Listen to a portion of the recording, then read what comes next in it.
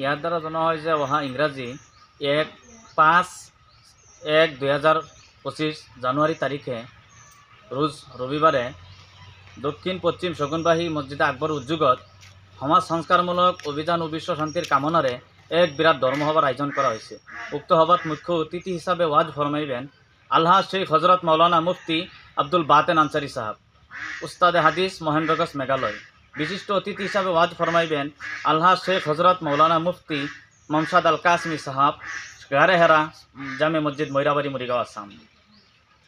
বিশিষ্ট অতিথি হিসাবে আমন্ত্রিত অতিথি হিসাবে ওয়াজ ফরমাইবেন আলহাজ হজরত মৌলানা মুফতি আব্দুল বারি আল কাসমি সাহাব, উস্তাদে হাদিস জামিয়াতুর রায়ান ময়রাবাড়ি মুরিগাঁও আসাম।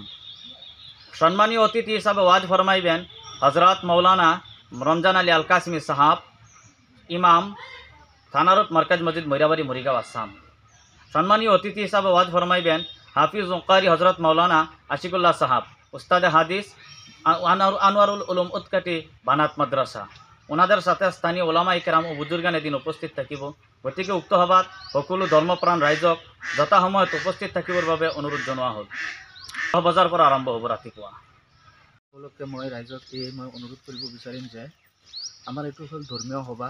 ধৰ্মীয় সভাত যাতে প্ৰত্যেকজন ৰাইজে আমাৰ ধৰ্মীয় সভাত উপস্থিত হৈ যাতে আমাৰ ধৰ্মৰ গৌৰৱ বৃদ্ধি কৰে, যাৰ কাৰণে আমি সকলোকে মই অনুৰোধ কৰিম যাতে আমাৰ এই ধৰ্মীয় সভাখনত যথাসময়ত উপস্থিত থাকি আমাৰ সমাজ আৰু বিশ্ববাসীৰ কাৰণে যাতে সকলোৱে দোৱা কৰে আৰু আশীৰ্বাদ কৰে নিশ্চিতভাৱে।